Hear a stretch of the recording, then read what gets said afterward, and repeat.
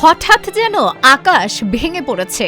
টানা ভারী থেকে অতি ভারী বৃষ্টিতে দেশের বিভিন্ন অঞ্চল ইতিমধ্যে পানির নিচে তলিয়ে যেতে শুরু করেছে, আর সামনে আরও বড় বিপদের আশঙ্কা দেখা দিয়েছে। বন্যা পূর্বাভাস ও সতর্কীকরণ কেন্দ্র জানিয়েছে দেশের অন্তত 5 জেলায় বন্যা পরিস্থিতি তৈরি হতে পারে। এর মধ্যে মৌলভীবাজার ও নেত্রকোনার নিম্নাঞ্চলে ইতিমধ্যে বন্যা শুরু হয়ে গেছে। বাকি সিলেট, হবিগঞ্জ ও সুনামগঞ্জেও দ্রুত পানি বাড়ছে, যা নতুন করে উদ্বেগ সৃষ্টি করেছে। উপবিভাগীয় প্রকৌশলী পার্থপ্রতিম বড়ুয়া জানান, দেশের বিভিন্ন স্থানে চলমান ভারী বৃষ্টি এই পরিস্থিতির মূল কারণ।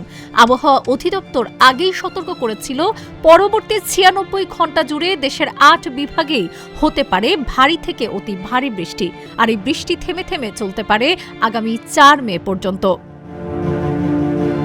গত 24 ঘণ্টায় সর্বোচ্চ বৃষ্টি হয়েছে কিশোরগঞ্জের নিকলিতে 161 মিলিমিটার, ভোলা ও ফেনীতেও রেকর্ড পরিমাণ বৃষ্টি হয়েছে।